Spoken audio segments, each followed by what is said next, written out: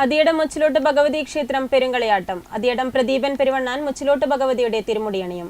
ക്ഷേത്രത്തിൽ നടന്ന വരച്ചുവെക്കൽ ചടങ്ങിലാണ് കോലധാരിയെ തിരഞ്ഞെടുത്തത്. 13 സംവത്സരങ്ങൾക്കു ശേഷം പെരുങ്കളിയാട്ടം നടക്കുന്ന അതിയടം ശ്രീ മുച്ചിലോട്ട് ഭഗവതി ക്ഷേത്രത്തിൽ വരച്ചുവെക്കൽ ചടങ്ങ് ഭക്തിനിർഭരമായ ചടങ്ങുകളോടെ നടന്നു. ജനുവരി 30, 31, ഫെബ്രുവരി 1, 2 തീയതികളിലാണ് പെരുങ്കളിയാട്ടം നടക്കുക. അതിയടം പ്രദീപൻ പെരുവണ്ണാൻ മുച്ചിലോട്ട് ഭഗവതിയുടെ തിരുമുടിയണിയും. ക്ഷേത്രസന്നിധിയിലെ രാശിപ്പലകയിൽ ക്ഷേത്രേശന്മാരുടെയും ജ്യോതിഷ പണ്ഡിതന്മാരുടെയും നാട്ടുകൂട്ടത്തിന്റെയും സാന്നിധ്യത്തിൽ നടന്ന ദേവപ്രശ്നത്തിലാണ് പ്രദീപൻ പെരുവണ്ണാന് തിരുമുടിയണിയാനുള്ള നിയോഗമുണ്ടായത്. അതിയടം ബാലകൃഷ്ണൻ ജ്യോത്സ്യരുടെ നേതൃത്വത്തിലാണ് ദേവപ്രശ്നം നടത്തിയത്. കാവിന് സമീപം പ്രത്യേകം തയ്യാറാക്കിയ കുച്ചിലിലായിരിക്കും ഇനി മുതൽ കനലാടി വ്രതനിഷ്ഠയോടെ കളിയാട്ടം തീരുന്നതുവരെ താമസിക്കുക. അതിയടം പ്രദീപൻ പെരുവണ്ണാൻ ഇതാദ്യമായാണ് മുച്ചിലോട്ട് ഭഗവതിയുടെ തിരുമുടി അണിയുന്നത്.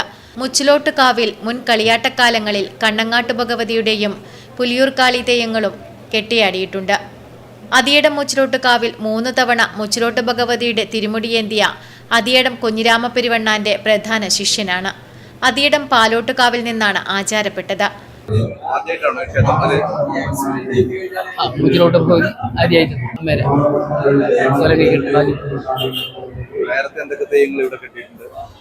ഇവിടെ കണ്ണങ്ങാട്ട് ഭഗവതി, പുലിയൂർ കണ്ണ്, അങ്ങനെ ഓരോ കളിയാട്ടത്തിനായിട്ട് കഴിച്ചു.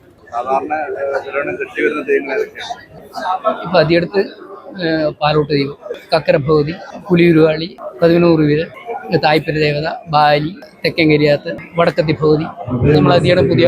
കാങ്കോൽ വൈദ്യനാഥ ക്ഷേത്രത്തിൽ ഉൾപ്പെടെ നിരവധി ക്ഷേത്രങ്ങളിൽ വിവിധ തെയ്യക്കോലങ്ങൾ കെട്ടിയാടിയിട്ടുണ്ട്. പൊടിക്കളം പറമ്പിൽ കുഞ്ഞിരാമന്റെയും പാർവിന്റെയും മകനാണ്. വരച്ചുവെക്കൽ ചടങ്ങിനു ശേഷം അരങ്ങിൽ അടിയന്തരവും നടന്നു. Network news, Pazhayangadi.